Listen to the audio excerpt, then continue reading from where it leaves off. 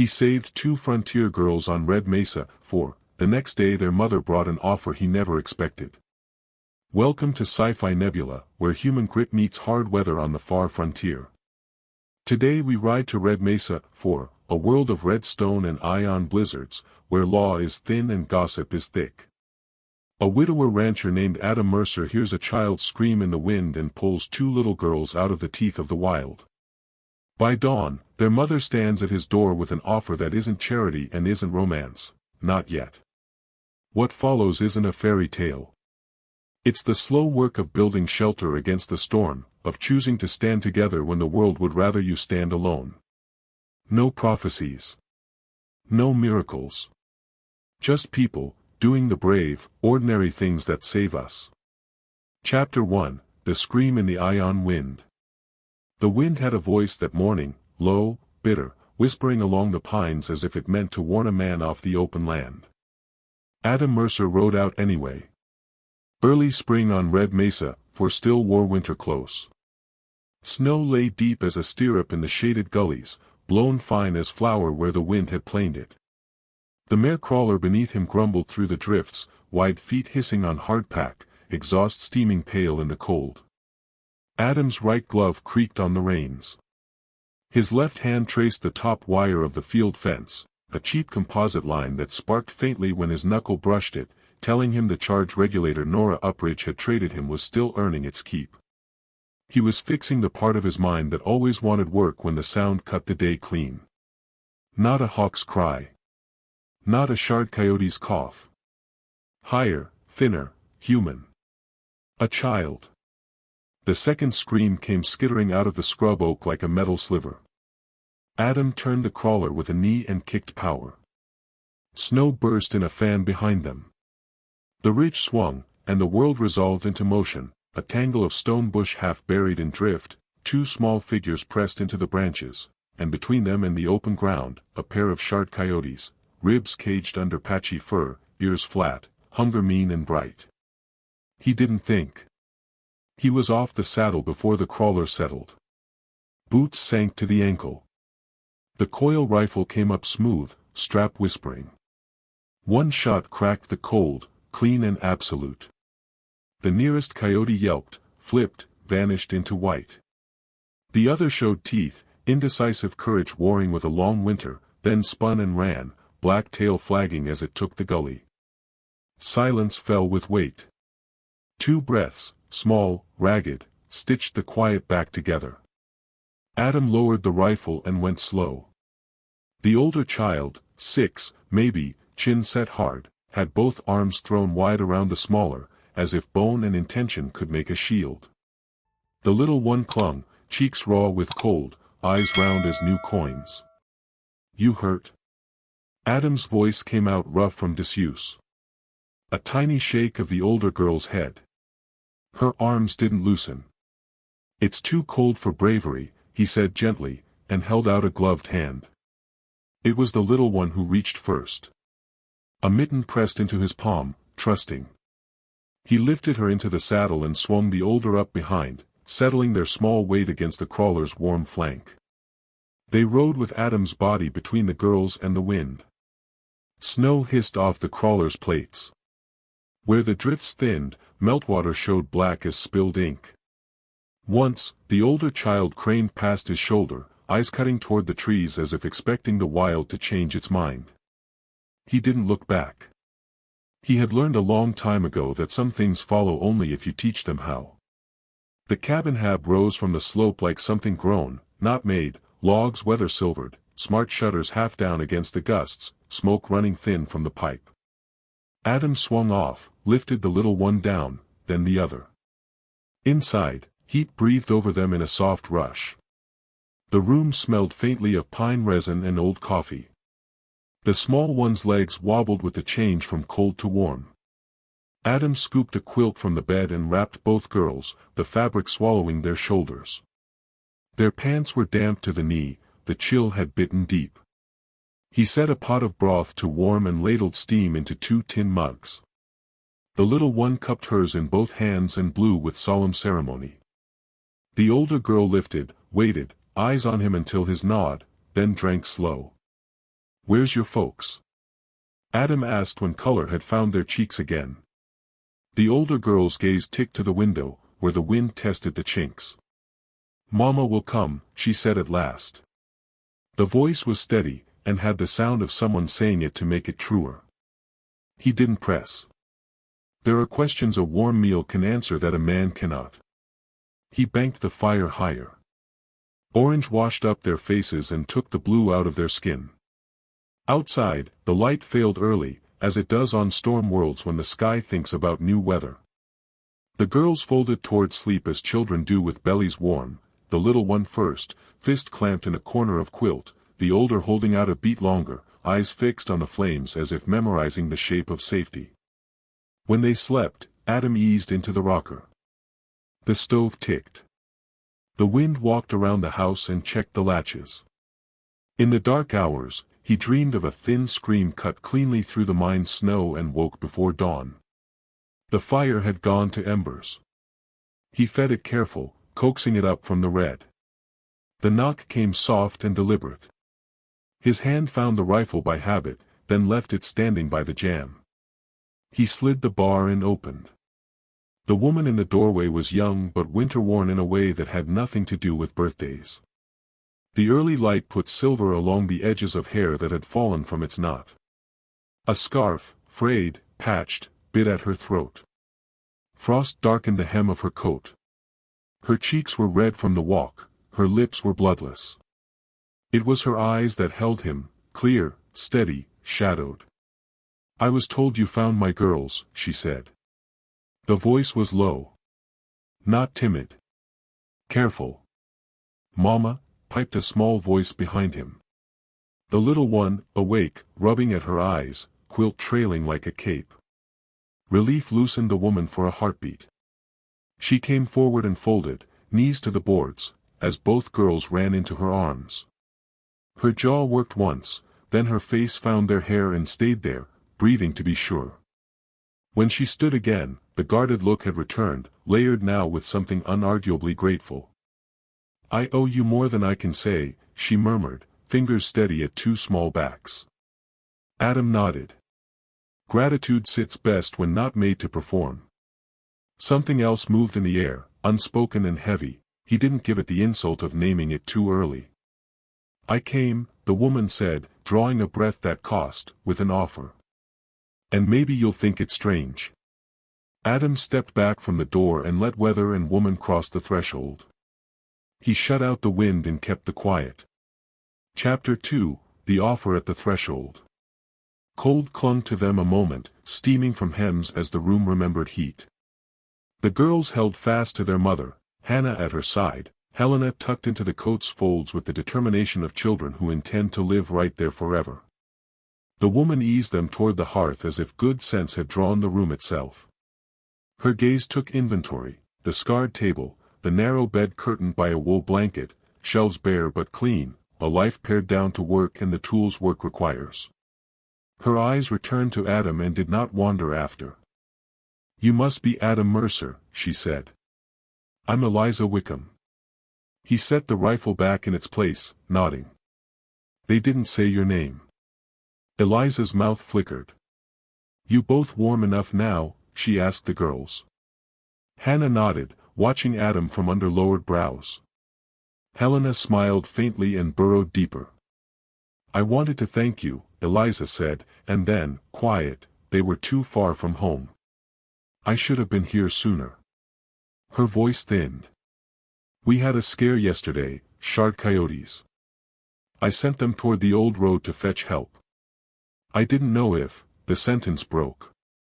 Her hand tightened on Helena's shoulder. "You saved them." "It wasn't anything I wouldn't have done for any child," Adam said. He meant it. It didn't make it smaller. Eliza weighed him with a look, measuring told versus true. Whatever the scale said, it was enough. She shifted the conversation onto the rails she'd come to lay. "That's not the only reason I came." He waited. "We've nothing left," she said, the words plain as a ledger. "Winter stripped us near to the bone. The cabin roof sags under the melt. I can't keep food on the table and patch walls at the same time. She swallowed. I'm not here to beg. Her chin lifted a fraction. I came with an offer. What kind of offer? He asked, though he thought he knew. I can work, she said. I can cook, keep a home, mend, put in a garden when the ground gives back. The girls can help some. We don't take much room. If you'll give us a place to stay, I'll keep your house the way one ought to be kept. We'd earn our keep. The fire hissed softly. Adam's gaze went from her to the children and back. Eliza didn't flinch, but there was a brace in her shoulders, as if readying for a blow. You'd work for me, he said slowly, in exchange for board. Yes. She added, almost gently, you've seen town. He had.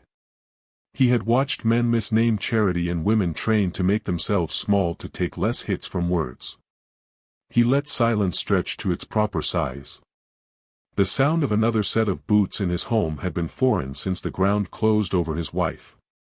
But the idea of handing these three back to the world's thin mercy sat wrong.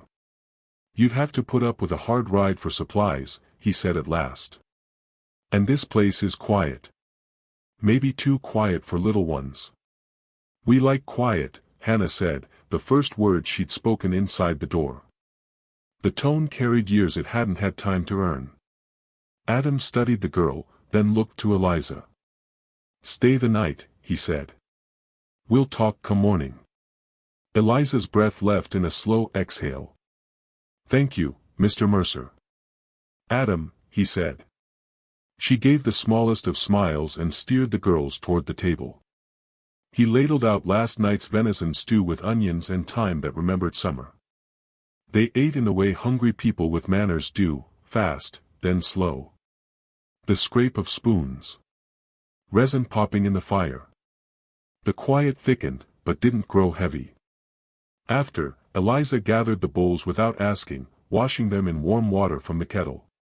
Her movements were precise, practiced, someone used to making herself useful inside the walls of other people's lives.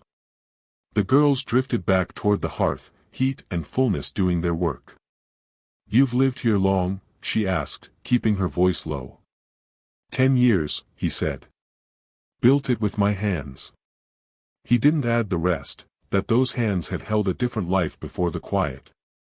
She nodded like she was filing him where he belonged.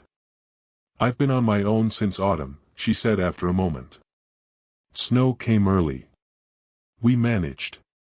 Her eyes cut to the sleeping girls. This winter wasn't meant for widows.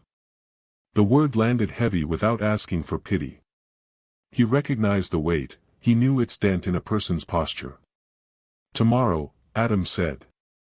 Tell me what you'll need if you stay. We'll see what can be done. She searched his face. Maybe she found enough there to lean on, because she nodded once and pulled her shawl tighter, not as defense but as habit. Night took the ridge. The lamp threw steady gold, the wind rattled a loose shutter in the rhythm of an animal testing the fence. Adam stretched into the rocker and let the room hold 3 softer breaths than his. When the embers dimmed, he fed the stove. Eliza watched from her bedroll, eyes steady and unreadable until his shadow crossed the wall and turned them into shape. Near dawn he woke to quiet movement. Eliza at the table, hair unbound, pouring kettle water into a basin. She glanced up, startled without guilt, and returned to working soap through small stockings, steam curling into the cool. You could have waited, he said. They'll dry in time. We'll be ready to talk after breakfast, she said, wringing cloth with red fingers. He stood watching a moment longer, not just the wear but the grit that keeps a person upright. She didn't look away. Something settled between them without needing a name. The day put first light on the snow like glass ground thin. Adam stoked the fire and listened to the house find its size around 4 people instead of 1. The wind took a breath, so did he. They stayed. Not because Adam announced it, but because he began doing the things that make room. He slid his extra coat to a lower peg so Eliza's could hang beside it. He cleared shelf space for jars she scrubbed and filled with dried beans. He taught Helena where the hearthstones are hottest and Hannah where the draft runs cleanest. The house began to sound different, broom on boards, spoons on tin, the two-note laugh of a child trying not to wake her sister. On their first trip to Hollow Ford together, the change became visible. They drove a wagon with flour, salt, and a bolt of calico Eliza had chosen for dresses she'd sworn she didn't need. The boardwalk creaked under 3 sets of small boots and 1 set that had forgotten how to walk beside anyone. Eyes found them as eyes do. Whispers moved like wind in dry grass. A man at the mercantile door let his glance travel and didn't bother to hide the smirk. 2 women by the post office leaned heads together in a geometry older than schooling. Eliza's jaw tightened, but her gaze stayed forward. Inside, she stood by him while he paid. Helena touched the faded blue calico like a sacred text and looked up with pleading eyes. Adam added it without commentary.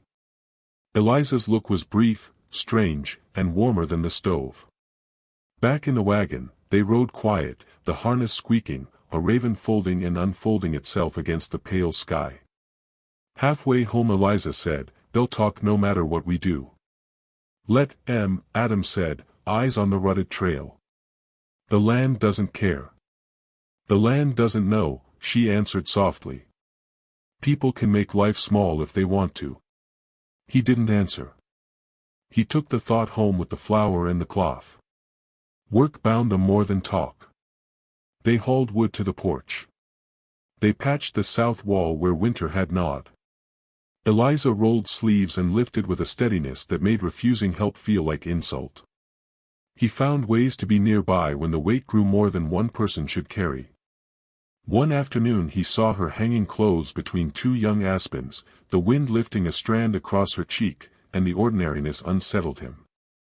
He hadn't remembered how a woman's presence reshapes the space between walls and sky. The girls learned his quiet. Hannah would bring water and stand just within the weather of him until he drank. Helena began leaving a carved wooden horse on the porch rail for him to find, always surprised, always pleased when he did. Evenings, when the girls slept, Adam and Eliza took their places by the stove, her with mending, him in the rocker, and let the silence do more work than words can manage. She asked about the herd, the seasons, how snow keeps its edge so late on Red Mesa. He answered with his hands and a few sentences. She watched like she was studying a map she planned to use. And then the weather turned, as weather does on this world. Where dawn had been brittle blue, noon shouldered in dark. By the time Adam finished shoring the barn door, snow was coming sideways, and the ridge beyond the creek had disappeared into a white wall. "Spring lies," he called to Eliza over the gusts. "Get more wood in. We might be shut in a few days." Inside, the storm circled the walls like a restless animal. Eliza stacked kindling, set beans to soak, checked the pantry latch. The girls ferried small armloads of split logs with solemn faces, and Hannah kept the fire fed until it spoke in a full voice. The cabin shrank around them, as rooms do when the wind is trying to prove a point. Near midnight, something thudded outside, the heavy, wrong kind of sound. Adam was up and in his coat before he'd made the decision. "Stay inside," he said. Eliza rose anyway, worry cutting across her eyes, then swallowed whatever she'd meant to say and settled for, "Be careful." Cold hit like a blow. Snow stung. The barn loomed half unmade by white. The main door strained in its catch, the wind threw a shoulder at it. Adam wedged a board and took the pressure. The mare snorted and stamped, straw squeaking. When he turned back, the path he'd walked had already been erased. He bent into the gusts, head down. He didn't see Eliza until she was on him, shawl half torn from her, hair salted with snow. "You fool," she shouted over the rage. "You could have been lost." "I told you," inside, he barked, grabbing her arm. "And I told you," her voice broke raw with something older than fear. "Don't leave them fatherless again." The words stopped him. They hung in the air as if lighter than snow and heavier than gravity. He tightened his grip and walked her toward the window's warm square. Inside, the girls were huddled under blankets, eyes locked on the door as if will alone could pull it open. Helena ran to them and wrapped both arms around Eliza's legs. Adam dropped the bar and felt heat bite his cheeks. They settled again, the room now thick with the thing that had been said. Eliza moved through the small duties of care. Adam watched and saw the glance she sent when she thought he wasn't looking. The wind spent itself in 3 nights.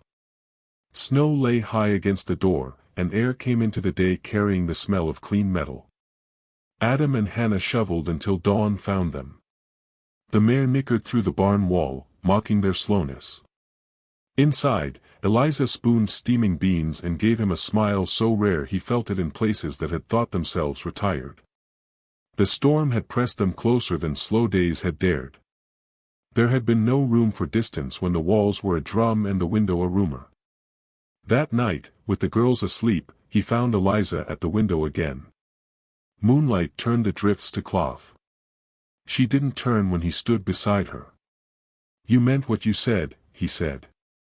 She nodded, eyes on the silvered yard. "I've seen what the world takes. I won't have them lose what I can keep." He looked at her profile, quiet strength and the stubbornness of the good. Outside, the land had been remade by weather. Inside, something else had shifted to match. From the floor behind them, a board creaked. Hannah stood in the half-light, blanket around her shoulders, voice small and steady. "Is Mama staying here forever?" Adam didn't answer yet. Some questions require a man to become the person who can say yes. Chapter 3, The Shape of Staying. They stayed. Not because anyone made a speech, but because Adam began doing the quiet work that makes room. He slid his spare coat to the lower peg so Eliza's could hang beside it. He cleared 3 feet of shelf for jars she scrubbed clean and filled with dried beans, cracked corn, and tea. He set a small stool near the stove where Hannah could reach the kettle without standing on a chair, and he showed Helena the 2 hearthstones hot enough to burn bread if you weren't watching. The house learned new noises, a broom knocking the board by the door, giggles strangled into silence and then breaking loose anyway, the quick, light patter of small boots sprinting from chore to chore as if speed were a kind of pride. Work divided itself the way water finds channels. Eliza cooked with an economy Adam respected, 1 pot, done right, nothing wasted, and mended with stitches even in small. She took stock of his cupboards and didn't complain about what wasn't there.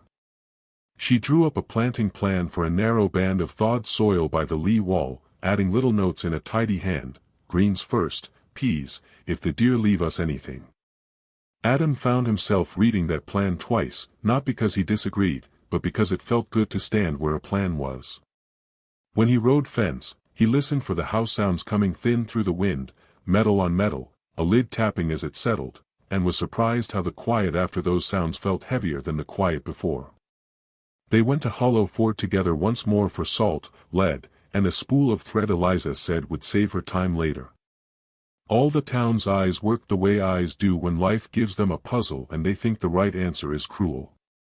On the boardwalk, a man Adam half knew from the mill tipped his hat to Eliza with a smirk that turned the gesture into an insult. Adam didn't stop. He didn't speak. He saw Hannah's hand tighten in her mother's skirt and filed the man's face in the drawer where he kept things he would deal with once. At the mercantile, the clerk lingered too long on the line where Adam signed Mercer and wrote credit OK with a flourish meant to be seen. Eliza stood 1 step behind him, shoulders square, chin level. She picked a bolt of blue calico the color of a summer sky no one here had seen. Helena pressed her cheek to it like a cat and laughed. Adam added it to the pile. Eliza didn't thank him in front of strangers. Later, unloading the wagon at home, she said, "There are 100 ways to spend coin wrong. That wasn't one." Cade came at dusk 2 days later, bearded and quiet, the snow melted off his hat brim dripping a line onto the porch. He glanced at the jars on the shelf, the child's boots by the door, the shawl on the peg beside Adam's coat, and did not comment. Elk moved lower, he said instead. Tracks by the east draw. If somebody was laying a snare line, somebody might make meat. Somebody might, Adam said. Cade's eyes went to Eliza and the girls and then back to Adam. He left a sack of flour by the door as if he discovered it there by accident. When Eliza tried to press coin into his hand, he said, fell off a wagon, with a straight face and a look that asked her to let him keep the story he'd made. She did. That night, after the girls were asleep, Adam sat in the rocker and checked a harness strap for wear. Eliza stitched at the table, her hair pulled into order that kept slipping. The stove hummed the even, content sound of iron working. He told her, then, about the pair bond law, not because he wanted something from her, but because he had learned that people deserved to know how the world might use them. A registered bond makes a place harder to push, he said, searching for the right words. Supplies come easier. Land papers don't move under you when someone in town wants your fence line. Eliza listened without interrupting. It reads like protection, she said, and lives like permission. That's sometimes true, he said. Sometimes it's a shield. Depends on the hands holding it. She set her needle down, the thread trailing like a thought. I didn't come to borrow a shield, she said. I came to earn one. He nodded. They let the subject set. The law would wait in the corner like weather. For now, there was work. Days thinned. Ridges darkened at their edges where snow pulled back. The yard smelled of wet wood and iron. Helena's carved horse began to appear in more unexpected places, the porch rail, Adam's boot, the windowsill where the cat used to sit before there was no cat. Hannah took to making lists in a small book Eliza gave her, wood, beans, salt, sweep, feed hens, and ticking each item with a dot that looked like it took courage to make. Sometimes, in the yard, Adam found Eliza standing still, a hand wrapped around her own elbow, watching the girls run their loose circles. The wind pulled hair across her cheek, she didn't tuck it back. When she noticed him noticing her, she didn't look away. Once, as they stacked wood, a streak of ash smudged her face. He reached without thinking and brushed it aside with the back of his knuckle. She froze, not in fear, not quite, more like a person making sure a moment didn't tip. His hand fell back. They both turned to the work. The air between them held a new temperature. The first time anyone said the quiet part out loud, it was a man from town who had ridden hard enough to make his horse's breath smoke. He delivered other people's opinions with the careful tone cowards use when they want to be innocent by association. Some folks wonder, he said, eyes snagging on the shawl at the peg and the shoes lined like small boats by the door. What you mean to do with your arrangement? Adam kept his hands on the post he was setting. Don't call my house an arrangement, he said calmly. Call it a home, or call it nothing. The man flushed and tried on a grin that didn't fit. Just passing along the weather. I got eyes, Adam said. I can see a storm. Inside, Eliza was braiding Helena's hair when he told her. The plait paused under her fingers. Then maybe we should go before it gets worse, she said, voice even. And go where? The question surprised him with how much it sounded like grief. Some place we can be quiet again. You've been quiet too long, he said, the truth outpacing caution. Her eyes lifted to his. Then what would you have me do? Stay, he said, before any thought could clean the word for company. It was not a command. It was a hope. It was a place to put a life down. The word startled them both.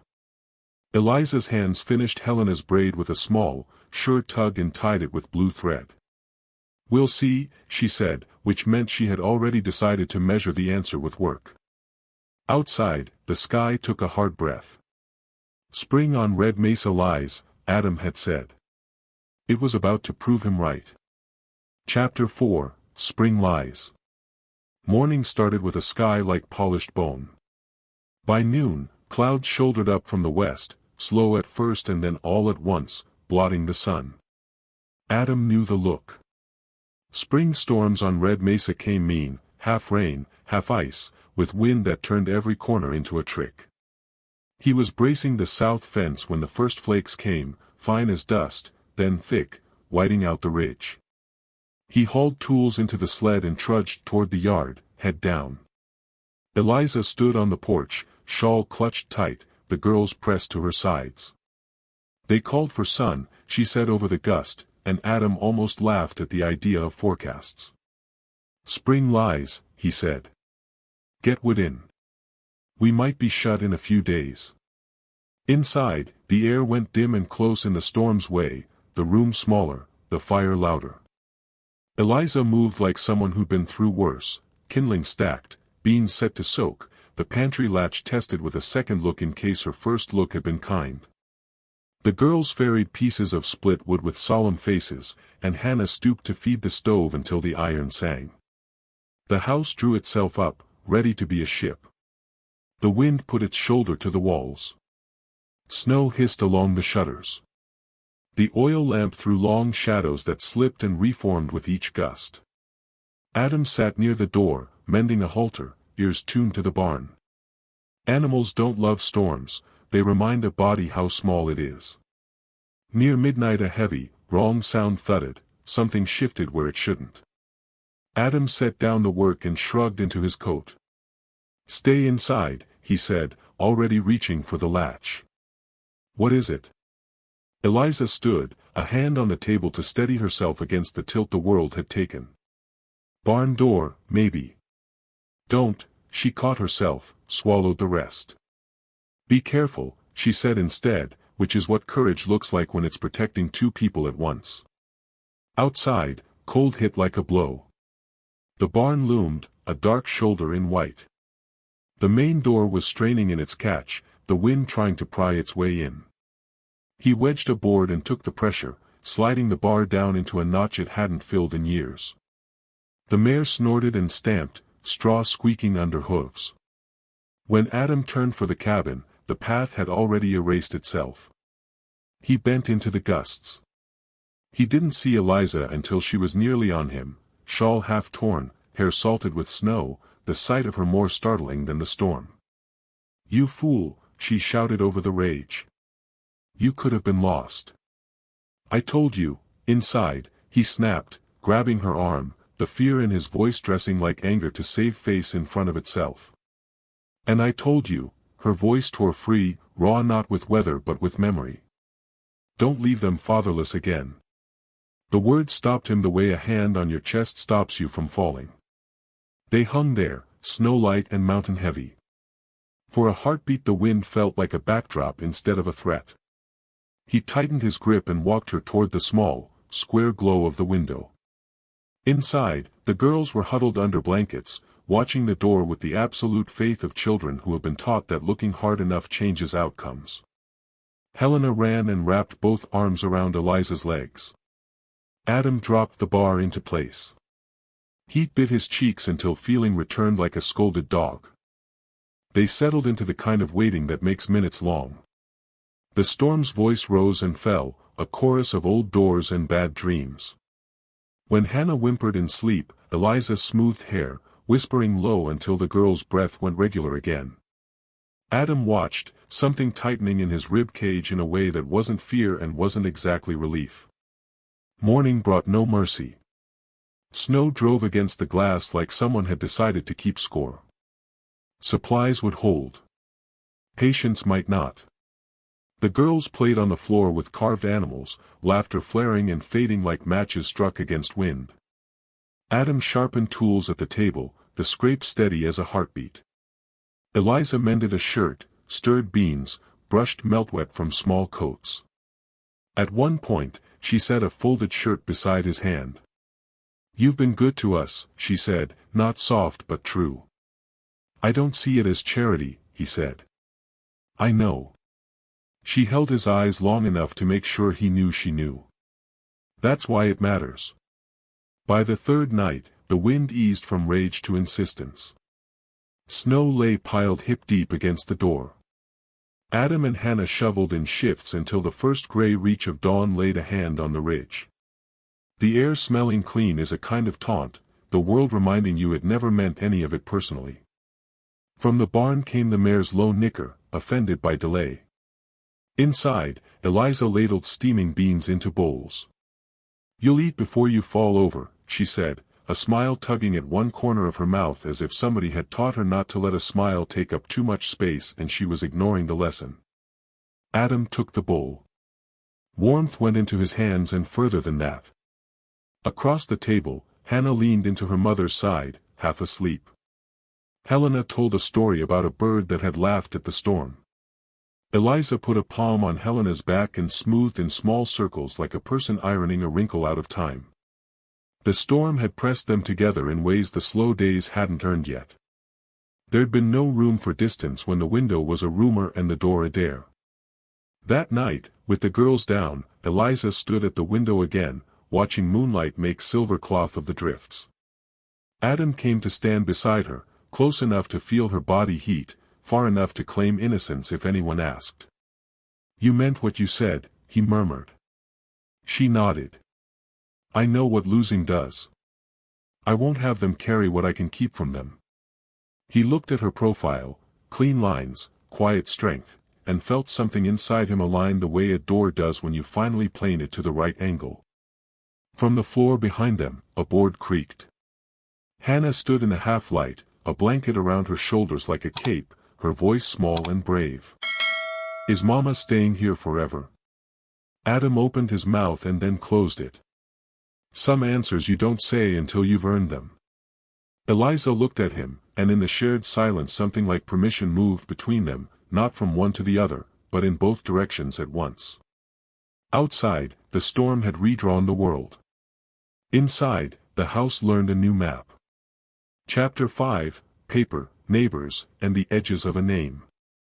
The storm left the land cleaner and the talk dirtier. By the time the drifts had slumped to the fence rails, Hollow Ford had decided what story it wanted: a widower with company, a woman with motives, two children set like question marks in the doorway. It would have been laughable if you could feed a family on laughter. The first official knock came 2 mornings later, measured, lawful. Deputy Adjudicator Rule stood on the porch with a clerk in a gray coat and a printer slate under his arm. Behind them, Cade leaned his shoulder on a post like a man who had come as a witness and a wall. Rule's gaze took in the room: shawl on the peg beside Adam's coat, boots in small sizes under the bench, the stew pot steaming like it intended to prove something. He nodded at each thing as if making entries in a quiet ledger. "We've had inquiries," he said. The pause was not apology. "The Homestead Board likes its forms in order. Pair bond registrations simplify supply allotments, shelter permissions, custody, schooling. Fewer questions later." Eliza stood beside Adam, hands calm on the back of a chair. "What does the form say we are?" she asked. Rule's mouth quirked as if he recognized the trap and respected it. "On paper, a household. In practice, it depends who's standing in the doorway when trouble knocks." Cade cleared his throat. "I seen who stands in this doorway," he said, signing not with ink but with a look that had weight. The clerk's stylus flicked. Rule laid the template on the table. The inkwell clicked open like a small promise. "No rush," he said. "But if you intend to keep what you've started, this is the cleanest path." Adam didn't look at Eliza and Eliza didn't look at Adam. They had learned that some choices grow truer if you let them rise on their own. "We'll let you know," Adam said. Rule tipped his hat to Eliza and to the girls as if he were in a church. On his way out he paused by the door charm Helena had tied there, a thread of red that didn't belong to any law, and pretended not to see it. Good law does that when it's smart. After they left, the cabin felt larger and closer both. Adam found 5 things to fix that hadn't needed it yesterday. Eliza set bread to rise because doing is a language that calms a house. By noon, a man from the mill rode up with other people's courage in his mouth. He stayed on his saddle, as if the yard were contagious. "Town's sayin' you gotta," he groped for a word and picked the smallest one. "Situation." Adam leaned on the porch rail, not hostile, not inviting. Town can say what it likes. This yard doesn't take orders from voices that don't come up the hill. Just passing along the weather, the man said, and tried a smile. It didn't stick. He kicked his horse and left the way people do when they plan to talk louder once they're behind other people's fences. Eliza braided Hannah's hair at the table that evening, fingers quick and gentle. We could go, she said, eyes on the plate. Slip to mile 8 when the thaw gives us a road. Be quiet somewhere else. And teach them they can chase you anywhere, Adam said. He didn't raise his voice. He didn't have to. Or we can stand and make leaving the loud thing they remember, not us. She tied the braid with a bit of blue thread and let him see her thinking. Standing costs. So does running, he said. They didn't speak of it more that night. The bread cracked, cooling. The stove ticked. Helena fell asleep with a toy horse in her fist and her foot pressed into both their shins as if fastening them to the floor. The next day wrote itself with chores. Adam rebuilt the south gate catch, Eliza cleaned the stovepipe to a shine, the girls argued about a robin that had the gall to be cheerful. At dusk, Cade came again, left a sealed envelope on the table with a grunt. Board schedules hearings every other week, he said. If somebody wants grief on paper, they'll try then. Maybe don't give them anything loose to grab. Like what? Adam asked.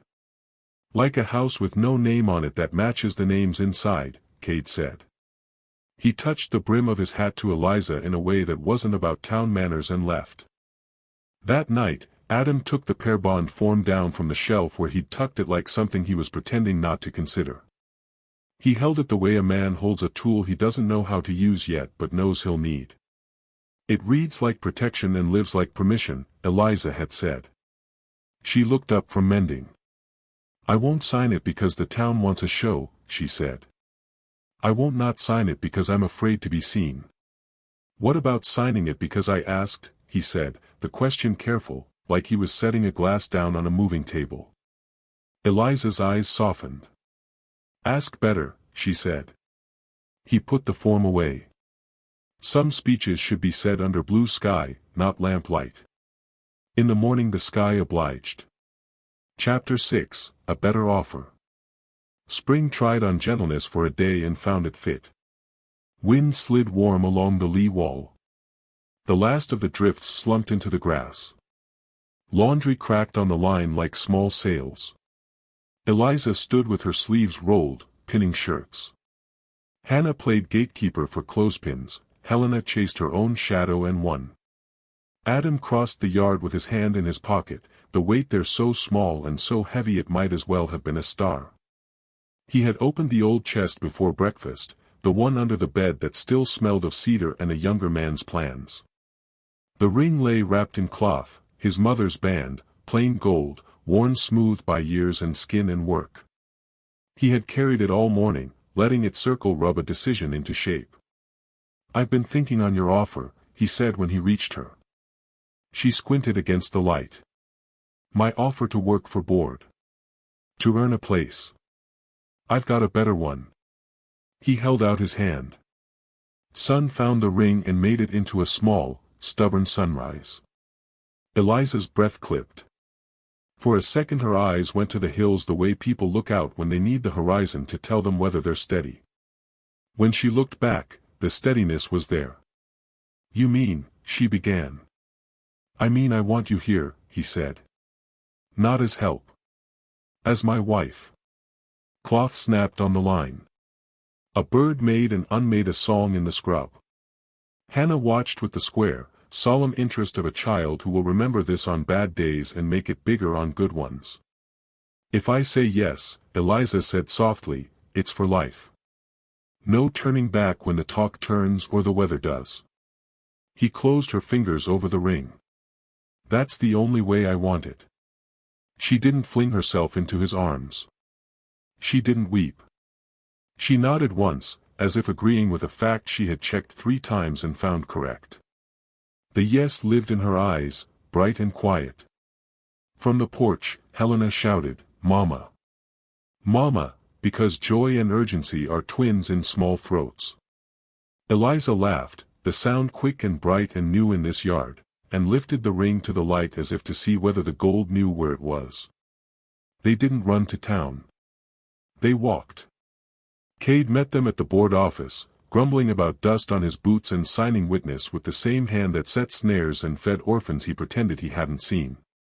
Deputy Rule read the form as if it were a spell he was casting to make a house safer. On the line marked Bonded Partners, Adam wrote his name, letters plain and square. Eliza wrote hers with a curl that made the Z look like a river. The clerk stamped the slate.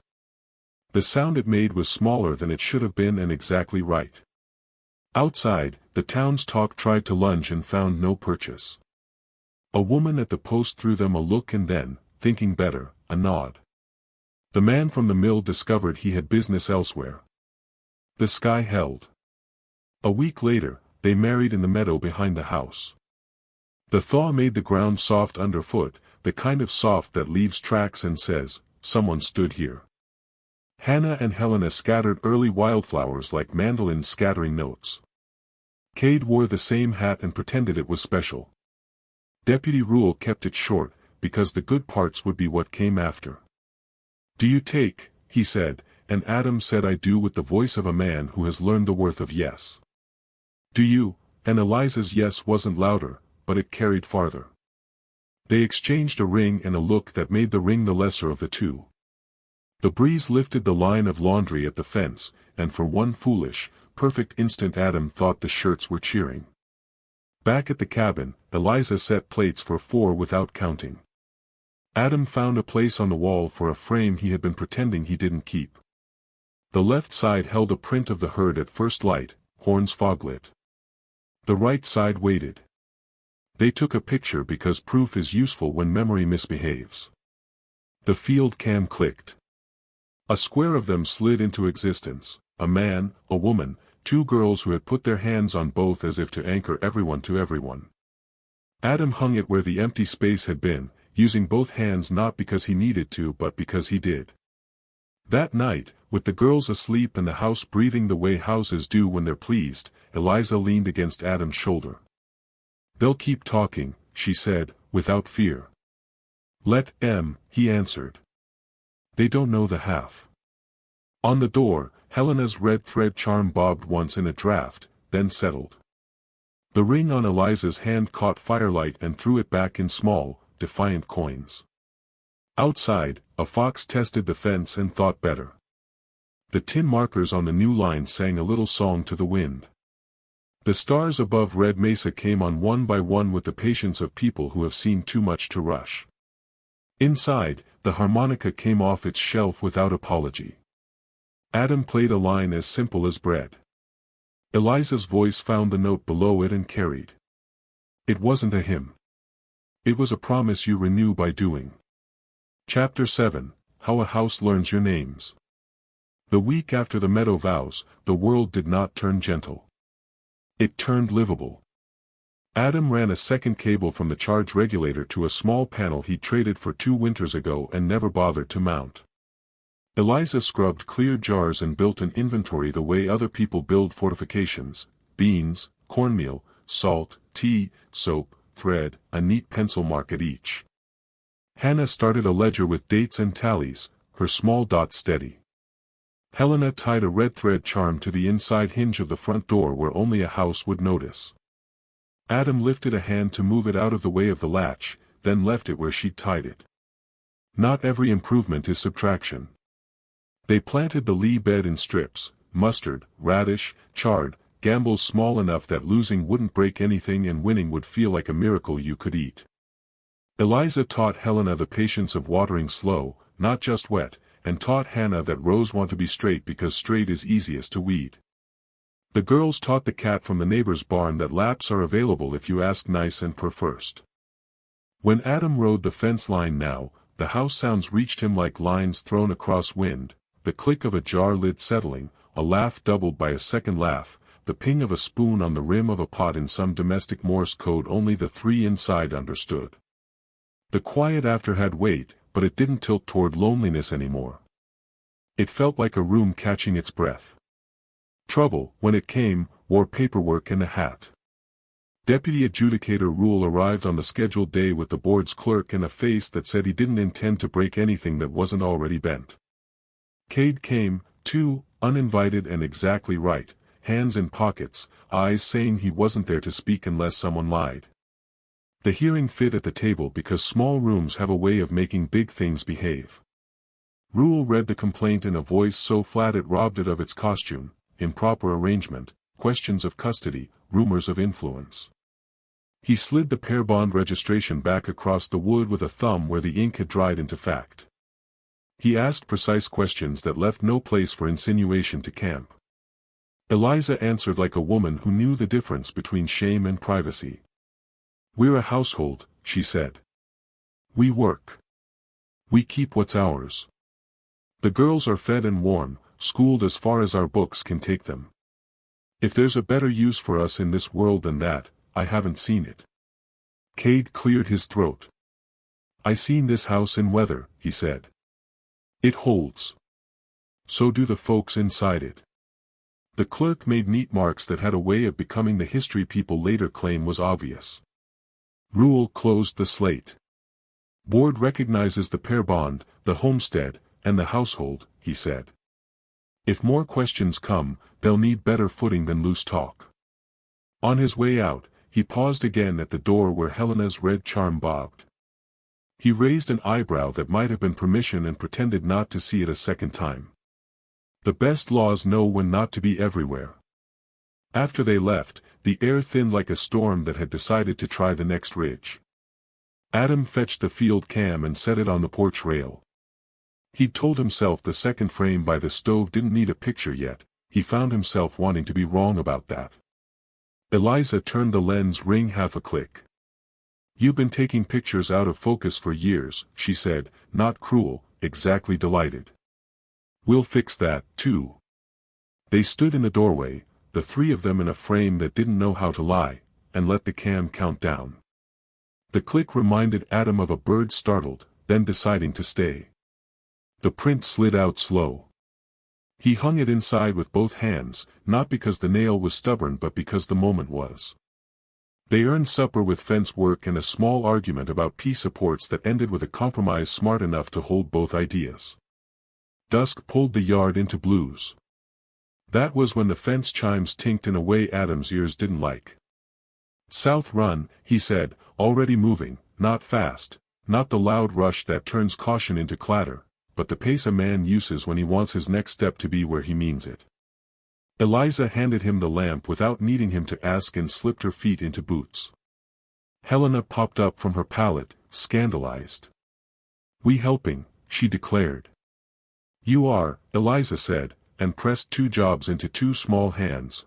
"Ring the porch bell if you see anything move, keep the dog inside if he thinks he's brave." Courage is something grown-ups share best when they hand children a job that matters. They reached the south fence at the same time the wild decided it was hungry. Shard-coyotes, 6 of them this time, ribs sharp as opinions, eyes yellow and bold, flowed against the line in that way that makes a man feel he's built a river in the wrong place. They pressed, testing the new wire where it hummed. The herd in the basin lifted their heads, offense going heavier than fear. Adam leveled the coil rifle, but didn't shoot. He had learned from this place that killing everything you don't like leaves you with ghosts and problems. "Smoke," he said. Eliza was already unstrapping the smoke canister rig he'd welded out of a grain drum and stubbornness. She thumbed the striker, the can hissed to life and rolled under the lowest wire to cough up a bitter, harmless fog. Adam cracked off a single loud shot into the dirt 2 yards in front, enough earth to spatter noses, enough noise to teach a different trail. The pack split, 2 peeled away, 3 hung back, insulted, 1 made the bad decision lonely animals make and pushed. Adam stepped into its choice and changed its mind with a flat bark of sound that wasn't a word and wasn't a threat so much as a reminder that humans are a kind of weather out here too. From the porch, the bell rang once. Hannah, steady. A blur at the far end of the fence, a fox, nothing worse. Adam lifted the muzzle, breathed, lowered. "Good eyes," he called without turning. Eliza walked the length of the smoke, adding a second can where the wind caught and thinned the first.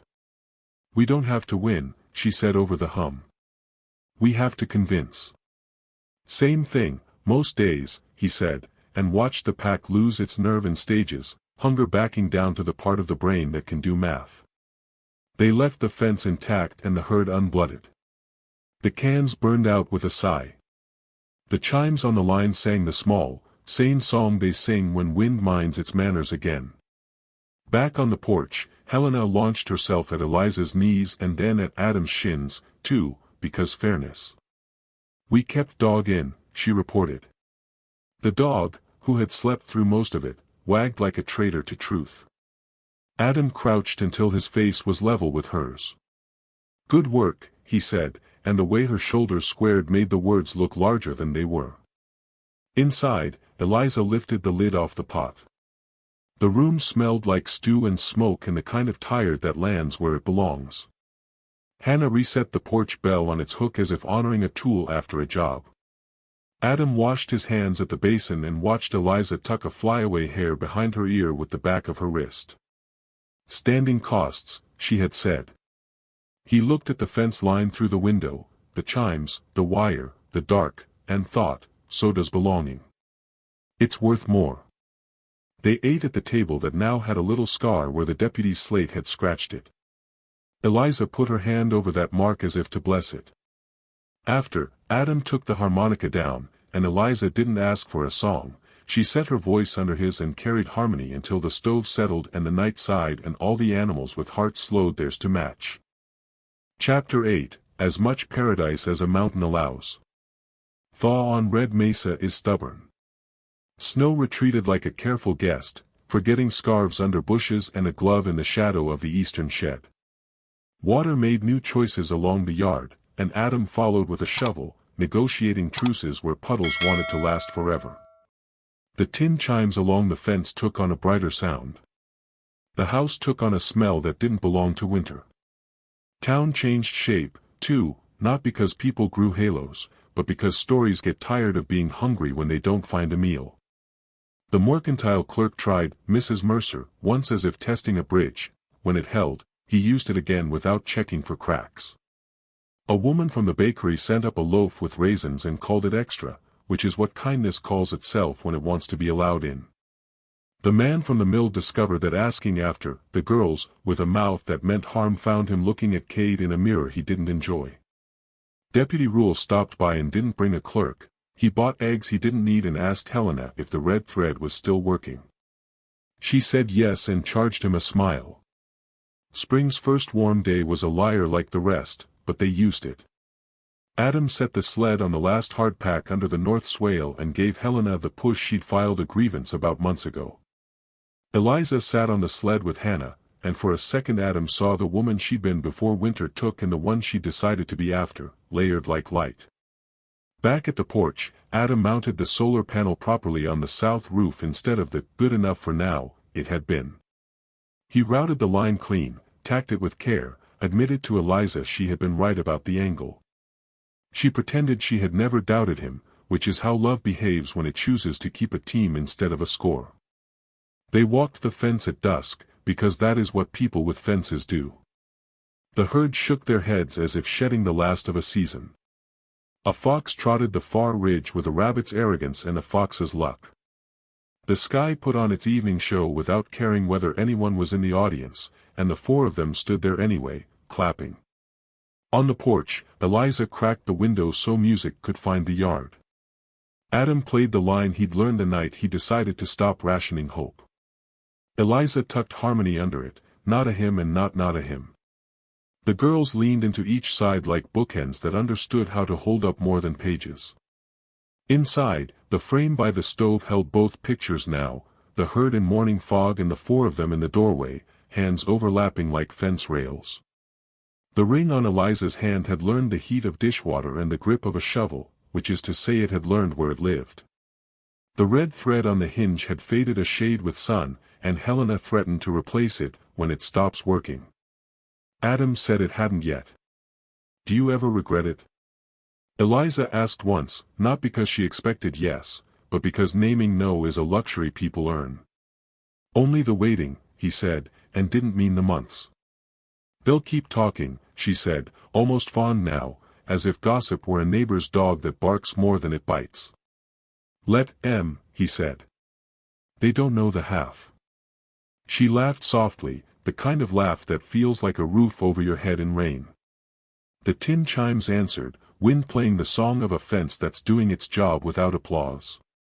At full dark, stars came on with their usual lack of hurry.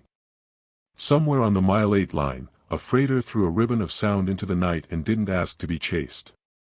The mountain did what mountains do, existed magnificently, indifferent and therefore fair. In the doorway, Hannah blinked hard and lost the fight. Helena, halfway to sleep, stated a fact because children like to add the period to the ends of days, we're a family. No one corrected her. Adam set the harmonica down and felt his chest do the thing chests do when they have more room than they used to. Eliza leaned her head to his shoulder and didn't move it to be polite. This isn't a fairy tale. It's better.